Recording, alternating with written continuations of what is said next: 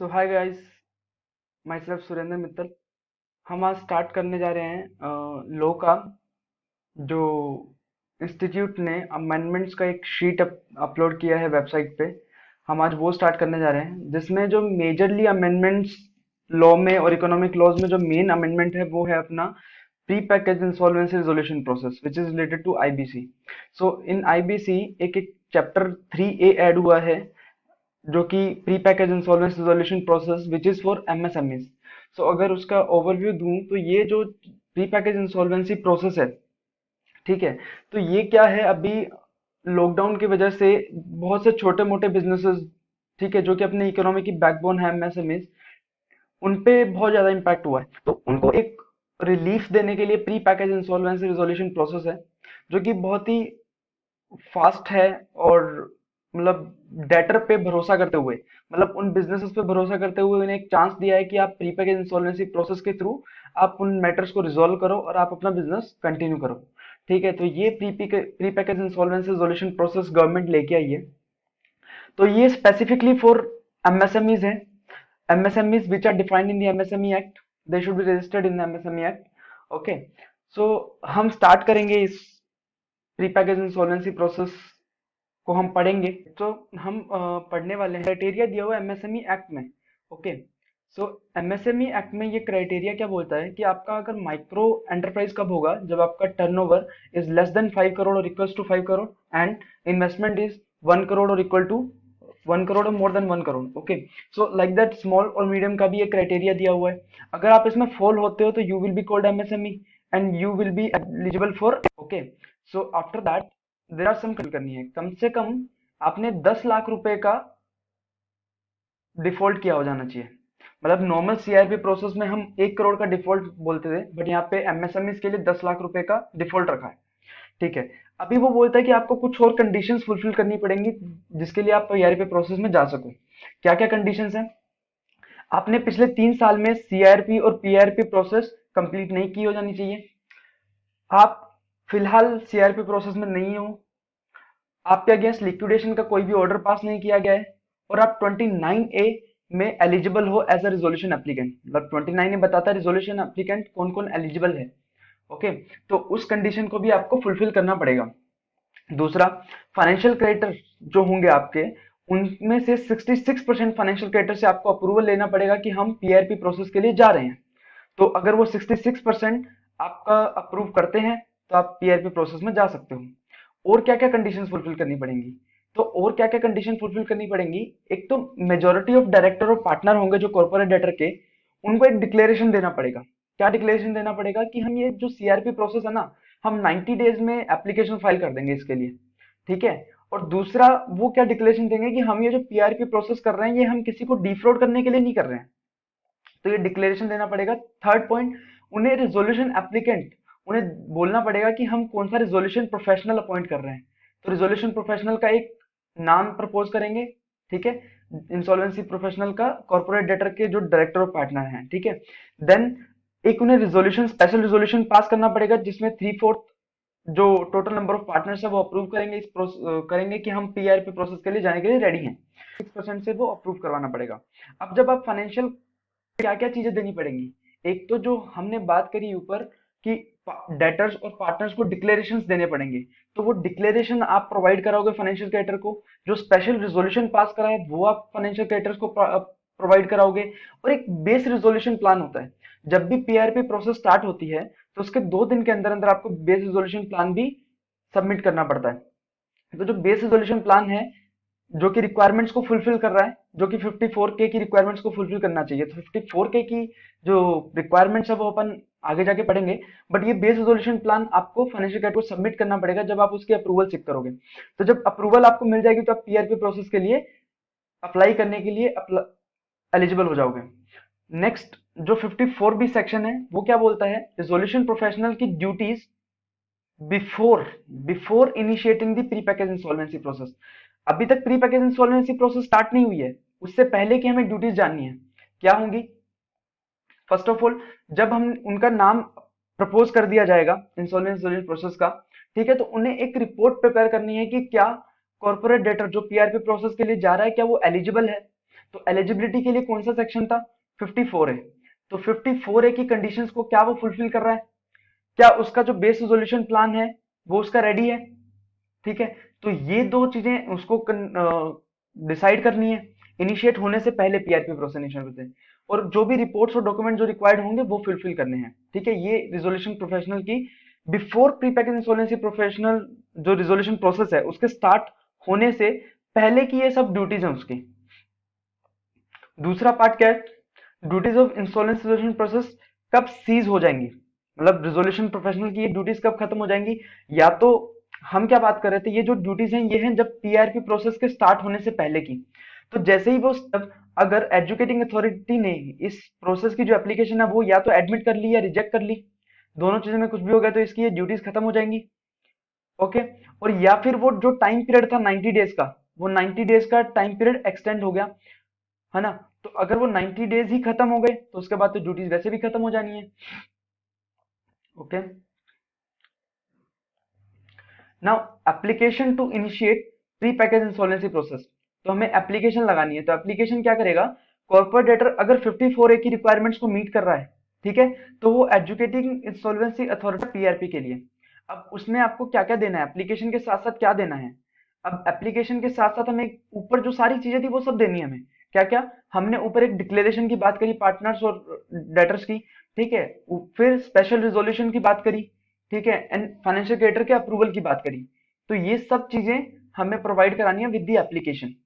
दूसरा, जब corporate debtor और पार्टनर इंसॉल्वेंसी प्रोफेशनल का नाम प्रपोज करेंगे तो ऑलवेज हम उनसे रिटर्न कंसल्ट लेंगे, क्योंकि ये जनरल रूल है कि आप कभी भी कोई भी प्रोफेशनल को अपॉइंट कर रहे हो तो हमेशा उनकी रिटर्न कंसेंट इज नेसेसरी, कि वो वास्तव में काम करना भी चाहते हैं नहीं करना चाहते।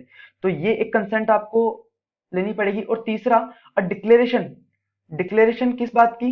कि भाई यहाँ पे कोई भी ऐसी ट्रांजेक्शन एग्जिस्ट नहीं करती जो कि wrongful fraudulent like under value transaction हो या फ्रॉडलेंट ट्रांजेक्शन हो, ऐसी कोई भी ट्रांजेक्शन नहीं करी है हमने, है ना? ये उनको एक डिक्लेरेशन देनी पड़ेगी एप्लीकेशन के साथ।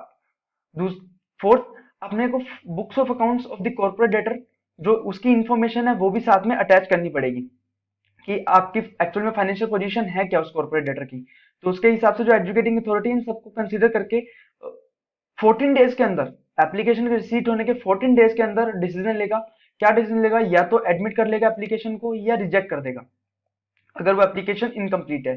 बट अगर वो एप्लीकेशन इनकम्प्लीट है तो एजुकेटिंग अथॉरिटी रिजेक्ट करने से पहले 7 दिन देगा ताकि वो डिफेक्ट को रेक्टिफाई किया जा सके।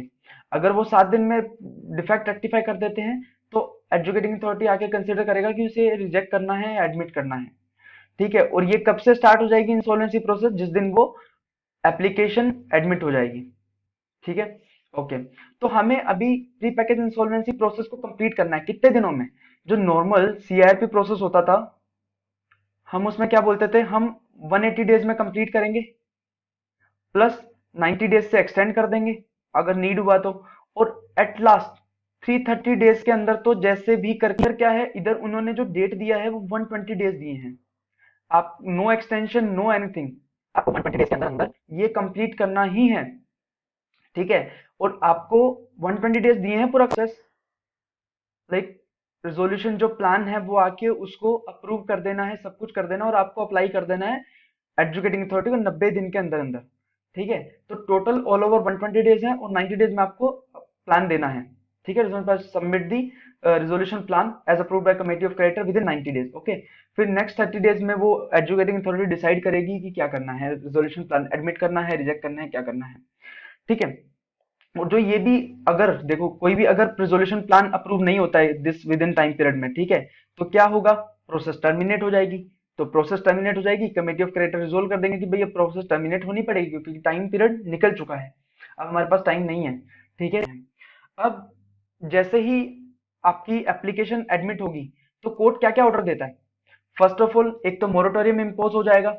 मोरेटोरियम इम्पोज हो जाएगा तो सारे जो भी केसेस वगैरह हैं सब रुक जाएंगे, सब चीजें रुक जाएंगी, मोरेटोरियम एप्लीकेबल हो जाएगा और सेक्शन 14 यहाँ प्रिवेल करेगा। ओके, देन एजुकेटिंग अथॉरिटी क्या करेगी? रिजोल्यूशन प्रोफेशनल को अपॉइंट करेगी। अब देखो, जो पार्टनर और कॉर्पोरेटर्स ने एक नाम सजेस्ट करा था for resolution applicant, resolution professional, ठीक है, अगर उसके अगेंस्ट कोई भी डिसिप्लिनरी प्रोसीडिंग नहीं है तो हम उनको ही रिजोल्यूशन प्रोफेशनल अपॉइंट कर देगी एजुकेटिंग अथॉरिटी। अगर उनके अगेंस्ट कोई डिसिप्लिनरी प्रोसीडिंग चल रही है, ठीक है, तो उसके लिए फिर बोर्ड से रिकमेंडेशन मांगी जाएगी कि आप कोई रिजोल्यूशन प्रोफेशनल का नाम बताइए जिसे हम अपॉइंट कर सकें। ठीक है। अब जैसे ही रिजोल्यूशन प्रोफेशनल अपॉइंट हो जाएगा, तो एक पब्लिक अनाउंसमेंट करी जाएगी कि पीआई प्रोसेस स्टार्ट हो गई है। ठीक है, जिसको भी अपने क्लेम्स फाइल करने हैं वो फाइल कर सकता है। ठीक है। अब जो ऑर्डर ऑफ मोरेटोरियम कब तक जाता है, जब तक पीआरपी प्रोसेस एंड नहीं हो जाती तब तक आपका ये मोरेटोरियम का रहता है। ठीक है। अब पावर्स और ड्यूटीज क्या है रिजोल्यूशन प्रोफेशनल की? देखो, नॉर्मल है, रिजोल्यूशन प्रोफेशनल की ड्यूटीज क्या है? ड्यूटीज है कि भाई आप अपडेटेड क्लेम ऑफ क्रेडिटर्स रखो, सारे क्लेम्स आप एडमिट करो, उनकी वेरीफाई करो एक्यूरेसी की, भाई क्या सही में उस वो क्लेम उनके हैं। आप मॉनिटर करो कि भाई जो मैनेजमेंट अफेयर्स। सो यहाँ पे एक मेजर पॉइंट था कि भाई जो प्री पैकेज इंसॉल्वेंसी प्रोसेस है वो सीआरपी को किस पॉइंट पे डिफर करती है। देखो, सीआरपी प्रोसेस में क्या होता था कि जो मैनेजमेंट था कॉर्पोरेट डेटर का, वो किसके हाथ में वो चला जाता था, रिजोल्यूशन प्रोफेशनल के हाथ में। बट पीआरपी के केस में जो मैनेजमेंट ऑफ कॉर्पोरेट डेटर है वो उनकी मैनेजमेंट के हाथ में ही रहने वाला है, किसी दूसरे के हाथ में नहीं जाने वाला। रिजोल्यूशन प्रोफेशनल सिर्फ उन्हें ओवरव्यू देखने वाला है, मॉनिटर करने वाला है।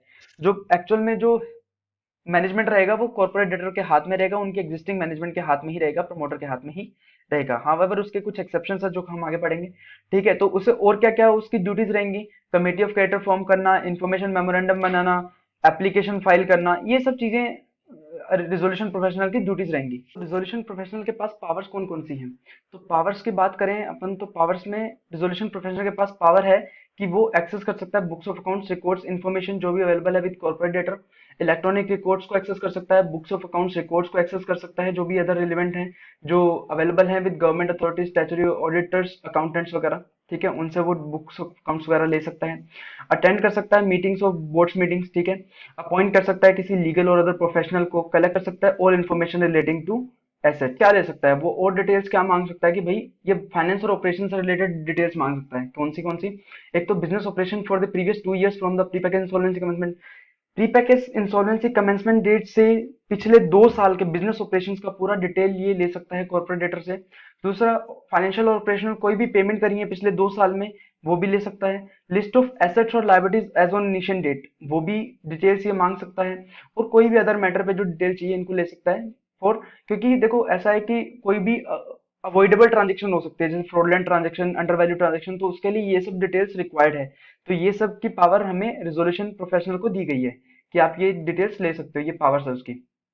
और क्या होगा, जैसे ही उसका अपॉइंटमेंट हो जाएगा रिजोल्यूशन प्रोफेशनल का, तो जो फाइनेंशियल इंस्टीट्यूशन जिनके साथ आपके बैंक अकाउंट्स वगैरह हैं और जो डिटेल्स जिसके साथ आपका डीलिंग है, तो वो रिजोल्यूशन प्रोफेशनल को फुल्ली सपोर्ट करेंगे उसकी वर्किंग में। ठीक है, तो उन्हें अगर कुछ डिटेल चाहिए होगा तो उसको प्रोवाइड कराएंगे।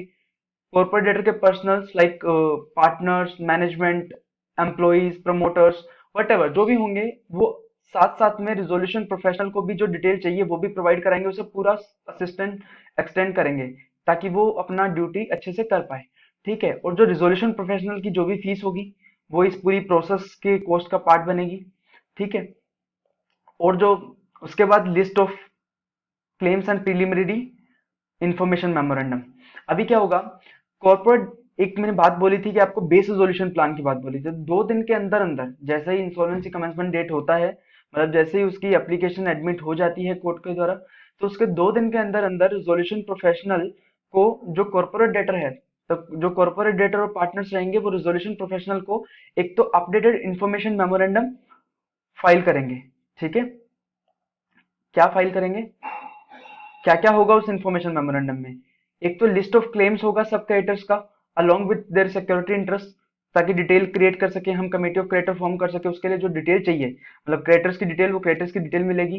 दूसरा, कोई रिजोल्यूशन प्लान को बनाने के लिए जो भी डिटेल्स चाहिए, इन फाइनेंशियल इंफॉर्मेशन वगैरह, वो डिटेल प्रोवाइड कराई जाएगी, ताकि जब हम रिजोल्यूशन प्रोफेशन प्लान की बात करें तो हमें सारा इन्फॉर्मेशन मिल जाए। कोई थर्ड पार्टी को इन्फॉर्मेशन देनी है ताकि वो रिजोल्यूशन वाली जो प्रोसेस है उसमें पार्टिसिपेट कर पाए, तो उसके लिए इंफॉर्मेशन मेमोरेंडम क्रिएट हो जाएगा। अच्छा, तो अब जो ये इंफॉर्मेशन कॉर्पोरेट डेटर और पार्टनर्स ने प्रोवाइड कराई रिजोल्यूशन प्रोफेशनल को, ठीक है, अगर उस इंफॉर्मेशन में कोई मिस्टेक थी या कुछ ओमिशन था जिसकी वजह से, ठीक है, इंक्लूजन, ओमिशन और any misleading information was there in the list of claims, और अगर कोई बंदे को उसकी वजह से कुछ लॉस होता है, ठीक है, तो प्रमोटर, डायरेक्टर और पार्टनर ऑफ द कॉर्पोरेटर हैं, they will be liable for pay compensation to every person who has sustain such loss. Okay, जो भी बंदे ने इस ऑथराइज किया है इस इंफॉर्मेशन को प्रोसेस करने के लिए, मतलब जो रिजोल्यूशन प्रोफेशनल को जो इन्फॉर्मेशन प्रोवाइड कराई जा रही है, उसके पीछे जिसका भी हाथ है, प्रमोटर, डेटर और जो भी बंदा उस इंफॉर्मेशन को ऑथराइज किया है, ठीक है, वो सब लायबल होंगे compensation to that person who has sustain such loss. Okay, और किसी बंदे की नॉलेज के बिना अगर ये इन्फॉर्मेशन मेमोरेंडम दिया गया है तो वो बंदा लायबल नहीं होगा। ठीक है, और इसको क्लेम करने के लिए किसी भी कोर्ट में आप अप्लाई कर सकते हैं। ठीक है, अब उसके बाद मैनेजमेंट अफेयर्स ऑफ कॉर्पोरेट, जैसा कि मैंने बोला कि ये डिफरेंशिएट क्या करता है पीआरपी प्रोसेस को सीआरपी प्रोसेस से, कि पीआरपी प्रोसेस में जो मैनेजमेंट है बिजनेस का वो ट्रांसफर नहीं होता है। Management of business will be with the management, जो एग्जिस्टिंग मैनेजमेंट थी वही कंटिन्यू करेंगे, बोर्ड ऑफ डायरेक्टर्स और पार्टनर्स। ठीक है, तो क्या बोलता है, management during the pre package insolvency resolution process period, okay, the management of the affairs of the corporate debtor shall continue to vest in the board of directors of the partner, जो पहले से थे। ठीक है, और उन्हें अपनी duties fully करनी है, उन्हें पूरा कोशिश करना है कि they will protect the property of the corporate debtor and maintain the operation as a going concern. तो ये सब उनकी ड्यूटीज है और उनको अपने ड्यूटीज और राइट्स हैं जो उनको एक्सरसाइज करने हैं। ठीक है, ये बात हो गई। उसके बाद कमेटी ऑफ क्रेडिटर, जो कमेटी ऑफ क्रेडिटर है, जो लिस्ट ऑफ क्लेम्स हमें सबमिट करी गई थी कॉर्पोरेट डेटर के द्वारा, जो 2 दिन के अंदर अंदर हमने बोला था कि भाई इंफॉर्मेशन मेमोरेंडम जिसमें कि लिस्ट ऑफ क्लेम्स रहेगा, ठीक है, उसके बेसिस पे एक कमेटी ऑफ क्रेडिटर्स बनाएगा रिजोल्यूशन प्रोफेशनल। ठीक है, अब वो क्या होगा, कई बार क्या हो सकता है, लिस्ट अपडेट हो सकती है, कोई नया क्रेडिटर आया कि भाई मेरा भी क्लेम था, मेरा क्लेम तो उसमें था ही नहीं, किसी ने डाला ही नहीं, तो वो अगर क्रेडिटर भी आया तो वो कमेटी ऑफ क्रेडिटर है उसका कॉम्पोजिशन अपडेट होता जाएगा, जैसे ही कोई लिस्ट में कुछ चेंज होगा तो कमेटी ऑफ क्रेडिटर में भी चेंज हो जाएगा। ठीक है, बट ऐसा नहीं है कि उस चेंज होने की वजह से जो पुराने डिसीजन लिए हुए कमेटी ऑफ क्रेडिटर ने वो इनवैलिड नहीं होंगे, वो सारे वैलिड रहेंगे। अब जैसे क्या हुआ कि 1 लाख के क्रेडिटर पहले कमेटी ऑफ क्रेडिटर में आ रहे थे, ठीक है, उन्होंने कुछ डिसीजन लिया, उसके बाद कोई 10,000 रुपए का क्रेडिटर और आ गया नया। ठीक है, तो अभी क्या हो गया, वो बंदा भी कमेटी ऑफ क्रेडिटर में आया, तो वो ऐसा नहीं बोल सकता कि जो आपने पहले डिसीजन लिए थे वो मेरे बिना लिए थे तो आप इनवैलिड कर दो, नहीं, वो इनवैलिड नहीं होंगे, वो वैलिड रहेंगे। जो फर्स्ट मीटिंग है वो आपको 7 दिन के अंदर अंदर करनी है कमेटी ऑफ क्रेडिटर के कॉन्स्टिट्यूट होने से। ठीक है, और जो सारे प्रोविजन जो नॉर्मल सीआरपी प्रोसेस में लगते थे ना कमेटी ऑफ क्रेडिटर के रिलेटेड, वो सारे प्रोविजन यहाँ भी एप्लीकेबल हो जाएंगे, कोई दिक्कत नहीं आने वाली है। ओके, तो अब कुछ ऐसे एक्सेप्शनल सर्कमस्टांसेस हो सकते हैं जहां पे जो मैनेजमेंट है कॉर्पोरेट डेटर की वो ट्रांसफर हो जाएगी टू रिजोल्यूशन प्रोफेशनल। क्या होगा, अगर committee of creditor during the pre package insolvency resolution process अगर वोट करती है कि भाई 66% कमेटी ऑफ क्रेडिटर में अगर वोटिंग हो जाता है, क्या, कि जो मैनेजमेंट है कॉर्पोरेट डेटर की वो रिजोल्यूशन प्रोफेशनल को दे दी जाए, बट उसके लिए 2 कंडीशन फुलफिल होनी चाहिए। या तो उसके जो कॉर्पोरेट डेटर के अफेयर हैं वो फ्रॉडलेंट मैनर में किए जा रहे हैं मैनेजमेंट के द्वारा, और या फिर वहां पे ग्रोस मैनेजमेंट मिसमैनेजमेंट है अफेयर्स में। ठीक है, तो ग्रोस मिसमैनेजमेंट और फ्रॉडलेंट कंडक्ट के बेस पे अगर कमेटी ऑफ क्रेडिटर चाहे तो 66% वोटिंग पावर से रिजोल्यूशन प्रोफेशनल को मैनेजमेंट में ला सकती है, बाकी दूसरी मैनेजमेंट निल हो जाएगी। ठीक है, तो कैसे करेगा कमेटी ऑफ क्रेडिटर, जब ये 66% की वोट से वो पास कर देगा resolution to appoint resolution professional as a managing authority, तो वो एप्लीकेशन करेगा एजुकेटिंग अथॉरिटी को, और एजुकेटिंग अथॉरिटी को अगर लगता है कि हाँ भाई ग्रोसली मिसमैनेजमेंट था और फ्रॉडलेंट मैनर में कंडक्ट हो रहा था बिजनेस, तो ये रिजोल्यूशन प्रोफेशनल को पावर्स दे दी जाएंगी। अब देखो, बिजनेस को चलाने की पावर रिजोल्यूशन प्रोफेशनल को दे दी, तो जो नॉर्मल इंसॉल्वेंसी प्रोसेस में जो पावर्स रहती थी किसके पास, रिजोल्यूशन प्रोफेशनल के पास, अंडर सेक्शन 17, 18, 19 उसकी ड्यूटीज पावर्स वगैरह सब एक्टिवेट हो जाएंगी। तो अब वो ड्यूटीज पावर्स के साथ वो बोर्ड्स को कंडक्ट कर पाएगा, सारे जो एम्प्लॉइज वगैरह होंगे वो, तो वो एक तरह से बोर्ड ऑफ डायरेक्टर की प्लेस ले लेगा। ठीक है, और वो किसी भी प्रोफेशनल को अपॉइंट करना चाहेगा तो वो कर लेगा, वो सब ड्यूटीज पावर्स उसके पास आ जाएंगे रिजोल्यूशन प्रोफेशनल के पास। ठीक है, और उसके बाद अब हम देखेंगे कि भाई हम रिजोल्यूशन, चलो नेक्स्ट नेक्स्ट जो सेक्शन है 54 के, अब इसमें क्या है, इसमें बताता है कि हम रिजोल्यूशन प्लान को कैसे डील करेंगे। हमारे पास रिजोल्यूशन प्लान आएंगे, हम कैसे उसको अप्रूव कराएंगे, कैसे अगर रिजेक्ट होगा तो क्या होगा, ये सब चीजें हम इसमें देखने वाले, क्या क्या कंडीशन फुलफिल होनी चाहिए। ठीक है, तो सबसे पहले हमने बात करी थी कि जो कॉर्पोरेट डेटर होगा वो एक बेस रिजोल्यूशन प्लान सबमिट करेगा। ठीक है, जब बेस रिजोल्यूशन प्लान सबमिट कर देगा 2 दिन के अंदर अंदर, ठीक है, तो रिजोल्यूशन प्रोफेशनल क्या करेगा, उसे प्रेजेंट करेगा कमेटी ऑफ क्रेडिटर को। ठीक है, अब 2 दिन के अंदर जैसे ही रिजोल्यूशन प्लान आया, ठीक है, और रिजोल्यूशन प्रोफेशनल ने प्रेजेंट करा उसको कमेटी ऑफ क्रेडिटर को, ठीक है। और कमेटी ऑफ क्रेडिटर क्या करेगी, कॉर्पोरेट डेटर को अपॉर्चुनिटी प्रोवाइड करा सकती है कि अगर आपको अभी कुछ बेस रेजोल्यूशन प्लान में कुछ रिवाइज करना है तो आप रिवीजन कर लो, ठीक है, कोई दिक्कत नहीं है, आप कर सकते हो। अब उसके बाद क्या होगा, जब ये रिजोल्यूशन प्लान या बेस रेजोल्यूशन प्लान जब सबमिट किया जाएगा, ठीक है, तो हम ये देखेंगे कि क्या वो सेक्शन 30 का सबसेक्शन 1 और 2 की रिक्वायरमेंट्स को फुलफिल कर रहा है। अब ये क्या रिक्वायरमेंट्स हैं, ये रिक्वायरमेंट्स है कि आप भाई जो प्रोसेस कॉस्ट है, ऑपरेशनल क्रेडिटर्स है, उनकी उनसे तो कोई कॉम्प्रोमाइज नहीं कर रहे हो। हम सेक्शन 30 1 2 में सीआरपी में पढ़ा था कि जो आपकी इंसॉल्वेंसी कॉस्ट होती है उसको प्रायोरिटी देना होता है, और उसके बाद जो ऑपरेशनल क्रेडिटर होता है उसको भी हमें प्रायोरिटी देना होता है। अगर वो सब डील होके आप रिजोल्यूशन प्लान ला रहे हो तभी वो अप्रूव हो पाता है, तो इन कंडीशंस को फुलफिल करना पड़ता है, ठीक है। अब कमेटी ऑफ क्रिएटर क्या कर सकती है कि बेस रेजोल्यूशन प्लान आए तो या तो उसे अप्रूव कर देगी बेस रेजोल्यूशन प्लान को 54 के 4 में, 54 के 4 में, या तो वो अप्रूव कर देगा बेस रेजोल्यूशन प्लान को सबमिशन के लिए, बट प्रोवाइडेड वो किसी ऑपरेशनल क्रेडिटर के जो क्लेम्स हैं उसे इंपेयर नहीं कर रहा है। इंपेयर ऑफ क्लेम का मतलब क्या है, अगर मान लो ऑपरेशनल क्रेडिटर का 100 रुपए का क्लेम था तो वो 100 रुपए एटलीस्ट दे रहा है, ऐसा नहीं है कि 90 रुपए दे रहा है। 90 रुपए वाले अगर वो 90 रुपए दे रहा होगा तो वो प्लान अप्रूव नहीं होएगा, कम से कम 100 रुपए देने पड़ेंगे, ठीक है। तो वो अगर अप्रूव कर देता है, अब नेक्स्ट क्या है, अगर बोलता है कि अगर कमेटी ऑफ क्रेडिटर उसे अप्रूव नहीं करती है बेस रेजोल्यूशन प्लान को, ठीक है, और ऑपरेशनल क्रेडिटर के क्लेम्स इंपेयर कर रहे हैं, इनमें से अगर कोई एक भी कंडीशन सेटिस्फाई हो रही है, या तो उसने अप्रूव नहीं करा या फिर क्लेम्स पूरे नहीं प्रोवाइड करा रहा है जो रिजोल्यूशन प्लान है, तो क्या करेंगे, तो जो कमेटी ऑफ क्रेडिटर क्या बोलेगी कि भाई हम अब पब्लिक बिडिंग करेंगे। अब हम क्या करेंगे, बाहर वालों को मौका देंगे कि आप आओ और रिजोल्यूशन प्लान प्रेजेंट करो। पहले क्या था, जो रिजोल्यूशन प्लान सबमिट करा था वो कॉर्पोरेट डेटर ने करा था, ठीक है।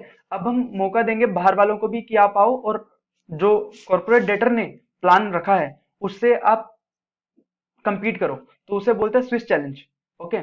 तो अब बाहर वाले लोग आएंगे और रिजोल्यूशन प्लान सबमिट करेंगे, ठीक है। अब जो रिजोल्यूशन प्लान जो आएंगे रिजोल्यूशन एप्लीकेंट के पास वो सबमिट करेगा, ठीक है, किसको, कमेटी ऑफ क्रेडिटर को।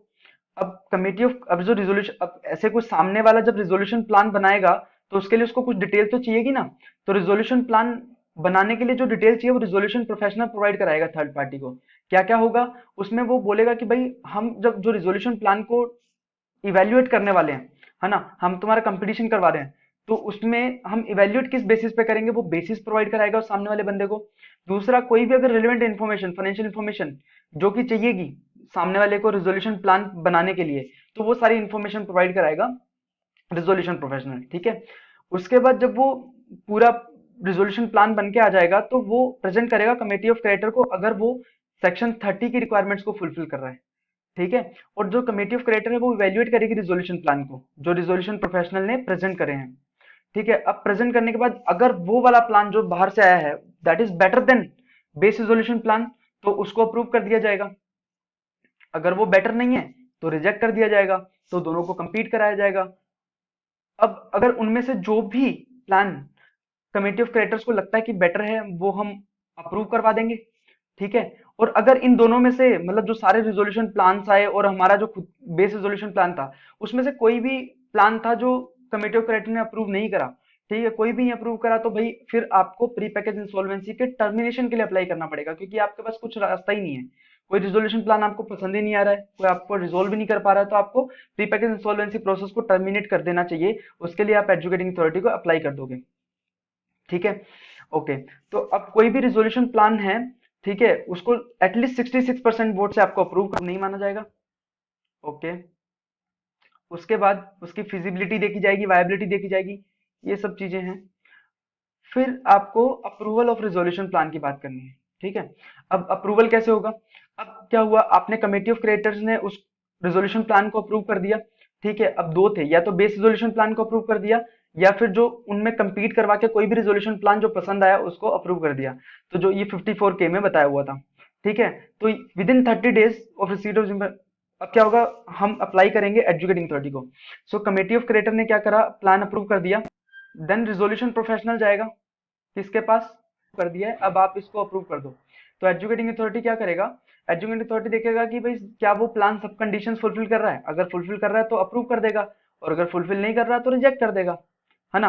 अगर मान लो ऑपरेशनल क्रिएटर के क्लेम्स को वो इम्पेयर कर रहा है तो अप्रूव नहीं किया जाएगा, और अगर नहीं कर रहा है तो वो अप्रूव कर दिया जाएगा। जो भी कंडीशन है उनको देख के अप्रूव या रिजेक्ट कर दिया जाएगा प्लान। ओके। अब क्या हुआ, अगर मान लो एजुकेटिंग अथॉरिटी ने 54 J का सबसेक्शन 2, ये क्या था? ये था कि अगर भाई ग्रोसली मिसमैनेजमेंट हो रहा है ना, अगर मैनेजमेंट ने कुछ फ्रॉडलेंटली किया या मिसमैनेज किया तो हम रिजोल्यूशन प्रोफेशनल को अपॉइंट कर देते थे और मैनेजमेंट को टर्मिनेट कर देते हुआ एक रिजोल्यूशन प्लान आया। ठीक है, अब रिजोल्यूशन है, ठीक है, बट उस रिजोल्यूशन प्लान में मैनेजमेंट में कुछ भी चेंज नहीं हो रहा, एग्जिस्टिंग मैनेजमेंट रहेगी और सारा एग्जिस्टिंग मैनेजमेंट ही देखेगी। बट हमने एट द सेम टाइम एक पास करा था रिजोल्यूशन कि जो मैनेजमेंट है ना वो तो सब कुछ फ्रॉडलेंटली कर रही है, फ्रॉडलेंटली कर रही है या फिर ग्रोसली मिसमैनेजमेंट है। ठीक है, तो अब जो बंदा कर ही फ्रॉड रहा है, जो बंदा मिसमैनेज ही कर रहा है बिजनेस को, वो क्या आगे जाके बिजनेस को चलाएगा, ताकि हमारा बिजनेस लॉन्ग लास्टिंग चले, ठीक है, और कोई भी दिक्कत नहीं आए। अब जो बंदा पहले से ही फ्रॉड कर रहा है, पहले से ही मिसमैनेजमेंट कर रहा है, वो बंदा बिजनेस को नहीं चला पाएगा। तो यहाँ पे क्या बोलता है, अगर सीओसी ने वो रिजोल्यूशन प्लान अप्रूव कर भी दिया, ठीक है, और जो मैनेजमेंट थी वो फ्रॉडलेंट थी और ग्रोसली मिसमैनेज थी, और उस मैनेजमेंट में कुछ चेंज नहीं हो रहा है, अगर मैनेजमेंट में कुछ चेंज नहीं हुआ तो एजुकेटिंग अथॉरिटी क्या करेगा, रिजोल्यूशन प्लान को रिजेक्ट कर देगा। ओके, और साथ ही साथ पीआरपी प्रोसेस को भी टर्मिनेट कर दिया जाएगा और लिक्विडेशन कर दिया जाएगा। अब देखो कोई चांस ही नहीं बचता, लिक्विडेशन करना ही पड़ेगा। अब क्या हुआ, एक जो रिजोल्यूशन प्लान आया था उसमें जो मैनेजमेंट कंटिन्यू करने वाली थी वो भी फ्रॉड है, ठीक है, तो वो प्लान भी अब अप्लाई नहीं हो सकता, कोई और रिजोल्यूशन प्लान हमारे पास है नहीं, तो अल्टीमेटली लिक्विडेशन के लिए जाना पड़ेगा। ठीक है, क्योंकि हम किसी फ्रॉड वाले बंदे के हाथ में तो मैनेजमेंट नहीं दे सकते। ठीक है, तो इसलिए अगर मान लो सीएसयू अप्रूव भी कर देती है कोई रिजोल्यूशन प्लान जिसमें कि ऐसी मैनेजमेंट कंटिन्यू करने वाली है जो कि फ्रॉडलेंट है, ग्रोसली मिसमैनेजमेंट है, तो ऐसे प्लान को एजुकेटिंग अथॉरिटी रिजेक्ट कर देगा और साथ ही साथ लिक्विडेशन का ऑर्डर भी पास कर देगा। अब अगर आपने कोई अपील करनी है एजुकेटिंग अथॉरिटी के ऑर्डर के अगेंस्ट, ऑर्डर क्या, अगर कुछ एडमिशन या रिजेक्शन का ऑर्डर है और आपने उसके अगेंस्ट अपील करनी है तो you can always go for the section 54M। ठीक है, then termination of pre package insolvency resolution process, कब टर्मिनेट होगी रिजोल्यूशन प्रोसेस? अब क्या हुआ, हमने बोला था कि 54K12 के प्रोवाइसो में हमने क्या बोला था कि अगर कोई भी रिजोल्यूशन प्लान हमें पसंद नहीं आता है, कोई भी रिजोल्यूशन प्लान हमारी कंडीशंस को फुलफिल नहीं कर रहा, तो हम टर्मिनेशन के लिए अप्लाई कर देंगे। एक तो ये कंडीशन हो सकती है। दूसरा क्या हो सकता है कि आपका टाइम पीरियड खत्म हो गया, अगर आपका टाइम पीरियड खत्म हो गया और आपका रिजोल्यूशन प्लान आपके पास आपकी कंप्लीट नहीं हुई प्रोसेस, तो भी हम टर्मिनेट कर देंगे। और टर्मिनेट करने के केस में प्रोसेस टर्मिनेट होते ही हम क्या करेंगे, जो 66 और 67 की प्रोसीडिंग है, कौन सी, ये अपना अंडर वैल्यू ट्रांजेक्शन और ये सब हम देखेंगे कि भाई इनमें कुछ ऐसा कुछ ट्रांजेक्शन तो नहीं है। ठीक है, then where the resolution professional, अब क्या होगा, रिजोल्यूशन प्लान अप्रूव होने से पहले पहले, ठीक है, अगर रिजोल्यूशन प्रोफेशनल क्या करता है कि 66% वोट से अप्रूव कर देता है कि हमें तो पीआरपी प्रोसेस को एंड करना है।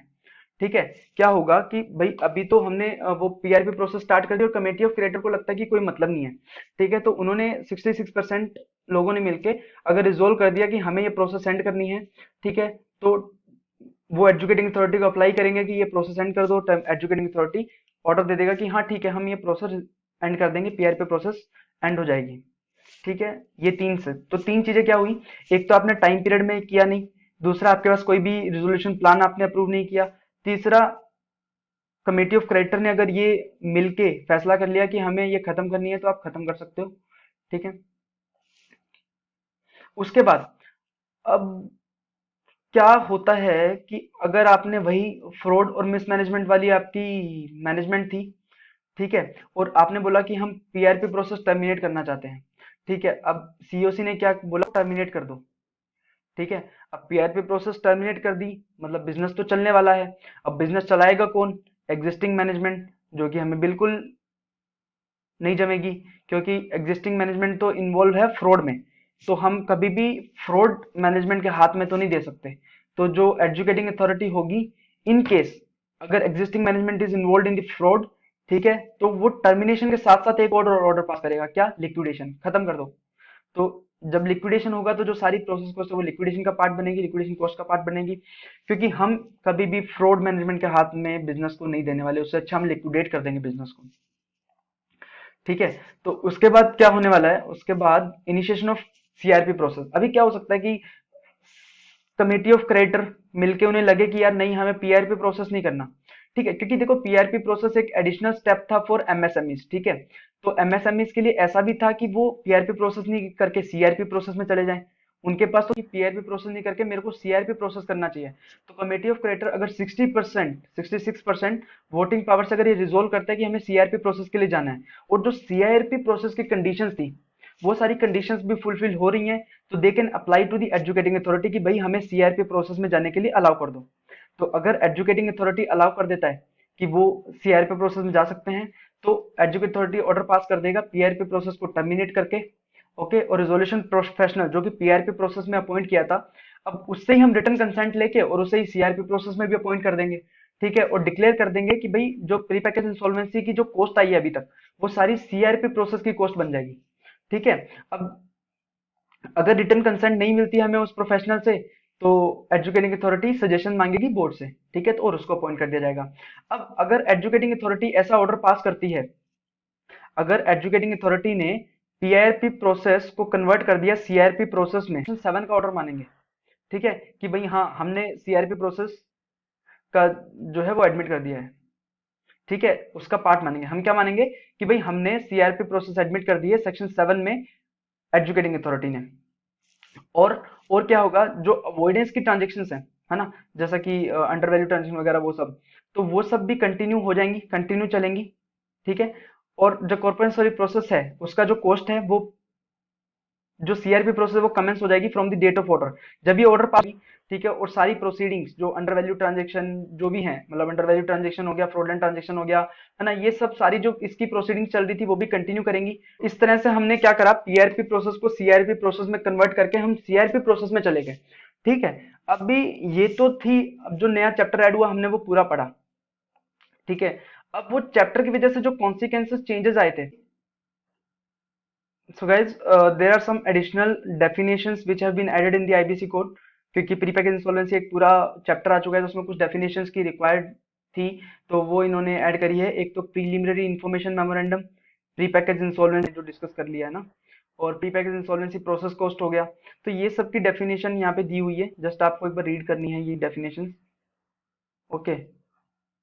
उसके बाद जो सेक्शन 11 था, अभी जो मेजर जो चेंज हुआ है वो सेक्शन 11 में हुआ है। Section 11 which is about person not entitled to make application, section 11, okay. So there is consequential amendment in this section 11, जो बोलता था कि भी कौन कौन पर्सन है जो कि इनएलिजिबल है to make application under CRP, ठीक है। तो वहां पे जो आपका क्लोज ए था, क्लोज ए क्या बोलता था कि ऐसे कौन से लोग हैं जो, मतलब जो corporate debtor which are undergoing the corporate insolvency resolution process, they are not eligible to make the application for CRP. तो यहाँ पे एक और वर्ड ऐड हो जाएगा, pre package insolvency resolution process. तो जो भी corporate debtor undergoing under pre package insolvency resolution process they also not apply for the CRP process, ठीक है, ओके। देन आफ्टर एक और क्लोज नया ऐड हुआ है जिसमें बोलता है कि कोई अगर corporate debtor is undergoing any PRP process, मतलब pre package insolvency resolution process, then उस कॉर्पोरेट डेटर का अगर कोई फाइनेंशियल क्रेडिटर और ऑपरेशनल क्रेडिटर है, वो भी अप्लाई नहीं कर सकते सीआरपी प्रोसेस के लिए। तो मतलब अगर आपकी कंपनी है, वो पीआरपी प्रोसेस में है कोई एमएसएमई, तो उसके जो कॉर्पोरेट डेटर और उसके जो फाइनेंशियल क्रेडिटर ऑपरेशनल क्रेडिटर हैं, वो सीआरपी प्रोसेस के लिए अप्लाई नहीं कर सकते, क्योंकि हम ऑलवेज प्रेफरेंस किसको देंगे, पीआरपी प्रोसेस को। देन क्लोज बी क्या बोलता था, ऐसा कॉर्पोरेट डेटर अप्लाई नहीं कर सकता जिसने पिछले 12 महीने में ही एक सीआरपी प्रोसेस कंप्लीट करी है, ठीक है। तो यहाँ पे एक और वर्ड ऐड हो जाएगा, क्या, पीआरपी प्रोसेस। तो अगर आपने पिछले 12 महीने में कोई पीआरपी प्रोसेस कंप्लीट करी है, तो आपके अगेंस्ट सीआरपी प्रोसेस स्टार्ट नहीं की जा सकती, okay. So these are the amendment in section 11। और एक सेक्शन 11 ऐड हुआ है एक्ट में। तो सेक्शन 11 ने क्या बोलता है कि कैसे एजुकेटिंग अथॉरिटी को डील करना है एप्लीकेशन के साथ, पीआरपी और सीआरपी की एप्लीकेशन। अभी देखो क्या हो गया कि 54C की एप्लीकेशन, जो पीआरपी की एप्लीकेशन है, pre package insolvency resolution process की एप्लीकेशन है, अगर कोई एजुकेटिंग अथॉरिटी के पास अगर वो एप्लीकेशन पेंडिंग है, ठीक है, और उस टाइम कोई कॉर्पोरेट डेटर या ऑपरेशनल क्रेडिटर या फाइनेंशियल क्रेडिटर सीआरपी प्रोसेस के लिए अप्लाई कर देता है, ठीक है, अंडर सेक्शन 7, 9 और 10, ठीक है, तो जो एजुकेटिंग अथॉरिटी है वो प्रेफरेंस किसको देगा, पीआरपी प्रोसेस को। तो वो सबसे पहले पीआरपी प्रोसेस को डिसाइड करेगा कि भाई इसको एडमिट करना है या रिजेक्ट करना है, ठीक है, अगर पीआरपी प्रोसेस एडमिट हो गई तो वैसे भी सीआरपी प्रोसेस कंटिन्यू नहीं हो पाएगी। तो उन एप्लीकेशन पे बाद में प्रेफरेंस है, पहले प्रेफरेंस किसको है? पीआरपी प्रोसेस को। अभी क्या हुआ, अगर आपने 7 और 9 10 में अप्लाई भी कर रखा है, सेक्शन 7 9 10 जो कि नॉर्मल सीआरपी प्रोसेस है, उसके लिए आपने अप्लाई कर रखा है किसी एजुकेटिंग अथॉरिटी को, और आपके वो वहां पे 14 डेज होते हैं एजुकेटिंग अथॉरिटी के पास टू डिसाइड टू एडमिट और reject the application under section 7 9 10। ठीक है, अगर वो 14 डेज अभी चल रहे हैं और उस टाइम उस पे अभी तक कुछ डिसीजन नहीं हुआ है सेक्शन 7 9 10 पे, और उसी दौरान अगर कोई कॉर्पोरेट डेटर एप्लीकेशन फाइल कर देता है अंडर सेक्शन 54C, तो एजुकेटिंग अथॉरिटी हम प्रेफरेंस देगा 54C की एप्लीकेशन को, पीआरपी प्रोसेस को। ठीक है, अगर वो 14 डेज के अंदर और अभी तक कुछ फैसला नहीं हुआ है सेक्शन 7 9 10 पे, तो 54C की अगर एप्लीकेशन फाइल हो जाती है ड्यूरिंग दैट टाइम, तो प्रेफरेंस होगी पीआरपी प्रोसेस को। ठीक है, अगर 14 डेज का टाइम पीरियड लैप्स हो चुका है, अभी भी एप्लीकेशन पेंडिंग है 7 9 और 10 में, ठीक है, तो हम प्रेफरेंस किसको देंगे? 7 9 10 को, क्योंकि अब वो 14 डेज जा चुके हैं, तो अभी एनीवे 7 9 और 10 पे हमें डिसीजन लेना पड़ेगा। ठीक है, और अगर 7 9 10 में एप्लीकेशन रिजेक्ट हो जाती है, तब जाके हम 54C में डिसाइड कर सकते हैं, क्योंकि पहले प्रेफरेंस किसको दी जाएगी? 7 9 10 को, इन केस वो 14 डेज जाने के बाद 54C की एप्लीकेशन फाइल होती है। ठीक है, ये था सेक्शन 11 है जो कि न्यूली ऐड हुआ है। ठीक है, और जो कुछ अमेंडमेंट है वो मैं आपको बता देना चाहता हूँ। तो कुछ और अमेंडमेंट क्या है आईबीसी में, जो पहले हमने पढ़ा था कि एक अमेंडमेंट हुई है, और अमेंडमेंट हुई है कि ऑलरेडी जो गवर्नमेंट ने आईबीसी एक्ट को सस्पेंड किया हुआ था, उसकी एप्लीकेबिलिटी को टिल 25 दिसंबर 2022, सॉरी 2020। ओके, सो उससे हमने 3 महीने और एक्सटेंड कर दिया, गवर्नमेंट ने उसे 3 महीने और एक्सटेंड कर दिया है, मतलब 25 मार्च 2021 तक ये आईबीसी सस्पेंड रहेगा। ठीक है, उसके दौरान अगर कुछ डिफॉल्ट होते हैं तो उस पर एप्लीकेबल नहीं होता आईबीसी। ठीक है, ऐसा। सो गाइज, ये सब था आईबीसी के अमेंडमेंट के रिलेटेड। आईबीसी के अमेंडमेंट हमने सब कवर कर ली हैं। ठीक है, जो कि आईसीआई ने अपलोड करी थी वेबसाइट पे। ठीक है, अभी हम पीएमएलए की कुछ छोटी सी दो अमेंडमेंट हैं, हम वो देख लेते हैं। उसके बाद एक फेमा की छोटी अमेंडमेंट है, वो भी हम देख लेंगे। तो अभी पीएमएलए की अगर हम अमेंडमेंट देखने जाएं तो देखो, पीएमएलए में पहले एक डेफिनेशन थी, क्या थी? Person carrying on designated business और प्रोफेशन। ओके, तो इस डेफिनेशन में थोड़ा एक्सटेंशन है कि उन्होंने पहले क्या बोला हुआ था, real estate agent as may be notified by the central government, तो उन्होंने इस चीज को नोटिफाई कर दिया है। उन्होंने नोटिफाई किया है रियल इस्टेट एजेंट जो कि इन्वॉल्व है सेल और परचेज ऑफ प्रॉपर्टी में। ठीक है, और उसका एनुअल टर्नओवर 20 लाख या 20 लाख से ज्यादा है, तो he will be considered as a person carrying on designated business और प्रोफेशन। ओके, सो ये बंदा भी person carrying on designated business profession के लिए हमने नोटिफाई कर दिया है कि उसका एनुअल टर्नओवर 20 लाख और मोर देन 20 लाख होना चाहिए। एक और था कि भाई dealer in the precious metals, precious stones and other high value goods as may be notified by, तो पहले नोटिफाई होने वाला था, तो अभी नोटिफाई कर दिया है गवर्नमेंट ने। किसे नोटिफाई किया है? कोई भी डीलर जिसकी which has the transaction of more than और इक्वल्स टू कैश ट्रांजेक्शन होनी चाहिए 10 लाख या 10 लाख से ज्यादा की, तो वो भी person designated carrying on business में आ जाएगा। ठीक है, सिंगल और कनेक्टेड मतलब कैश ट्रांजेक्शन दे में भी कनेक्टेड और कनेक्ट होके अगर वो ट्रांजेक्शन 10 लाख रुपए की बन रही है तो वो बंदा कंसिडर किया जाएगा। ठीक है, इस डेफिनेशंस में। तो ये दो अमेंडमेंट पीएमएलए में थी, और एक और छोटी सी अमेंडमेंट है जिसमें आधार वेरिफिकेशन से रिलेटेड है। आधार वेरिफिकेशंस में जो ऑथराइज्ड रिपोर्टिंग एंटिटी थी, नोटिफाइड रिपोर्टिंग एंटिटी थी, उसमें एक और एंटिटी को नोटिफाई कर दिया है which is national payments corporation of India, जिसको नोटिफाई कर दिया for undertaking Aadhaar authentication. Okay, online Aadhaar identification, तो उसको और ऑर्गेनाइजेशन को नोटिफाई कर दिया है which is national payment corporation of India. So it was PMLA. Okay, PML amendments. अभी ये हम देखेंगे फेमा की अमेंडमेंट। फेमा की अमेंडमेंट बहुत ही छोटी सी अमेंडमेंट है। रेगुलेशन फॉर विच इज जो एक्सपोर्ट की रेगुलेशन है, foreign exchange management, export of goods and service regulation, उसमें रेगुलेशन 4 है जिसमें बोलता है कि कहाँ कहाँ पे हमें डिक्लेरेशन देने की नीड नहीं है। सो वो डिक्लेरेशन जो हम एक्सपोर्ट करते टाइम हम डिक्लेरेशन देते हैं, उसमें से कुछ एक्सेप्शंस है जहाँ पे हमें डिक्लेरेशन देने की नीड नहीं होती। तो वो डिक्लेरेशन कहाँ कहाँ देने की नीड नहीं है, उसमें ये ऑलरेडी एक पॉइंट था, जस्ट उस पॉइंट में थोड़ा अमेंडमेंट किया गया है। तो जो मैंने ब्लैक से हाईलाइट कर रखा है ना, सिर्फ वो अमेंडमेंट पॉइंट है। सी, पहले क्या था, री export of leased aircraft, helicopter और इंजन ऑक्सिलरी पावर यूनिट, ठीक है, रिपोजेस्ड बाय द ओवरसीज लेजर। पहले ये सिर्फ लिखा हुआ था, अभी क्लैरिफाई किया है कि वो एदर कंप्लीट भी हो सकता है और पार्शली नॉकडाउन इन कंडीशन और फुली नॉकडाउन कंडीशन। तो वो नॉकडाउन कंडीशन में हो या फिर पूरा कंप्लीट हो, जैसा भी हो, अगर रिपोजेस करा by overseas lessor and duly registered by the director general civil aviation on the request of irrevocable deregistration and export request authorization holder under Cape Town Convention or any other termination or cancellation of the lease agreement between the lessor। पहले क्या बोला था कि अगर वो repossess करता है, ठीक है, एट द रिक्वेस्ट। अब उन्होंने एक और क्राइटेरिया दे दिया कि अगर टर्मिनेशन भी हो जाता है उस लीज अग्रीमेंट का, या फिर लीज अग्रीमेंट कैंसिल हो जाता है, अगर उस केस में भी रिपोजेस किया जाता है, तब भी ये रेगुलेशन एप्लीकेबल होगा और आपको उस पर डिक्लेरेशन देने की नीड नहीं है। कौन सी डिक्लेरेशन? एक्सपोर्ट की डिक्लेरेशन। ठीक है, तो ये छोटा सा एक अमेंडमेंट था फेमा में। If you have any doubt then you can ask me always on Telegram channel, उसका लिंक आपको डिस्क्रिप्शन में मिल जाएगा। Okay, thank you guys.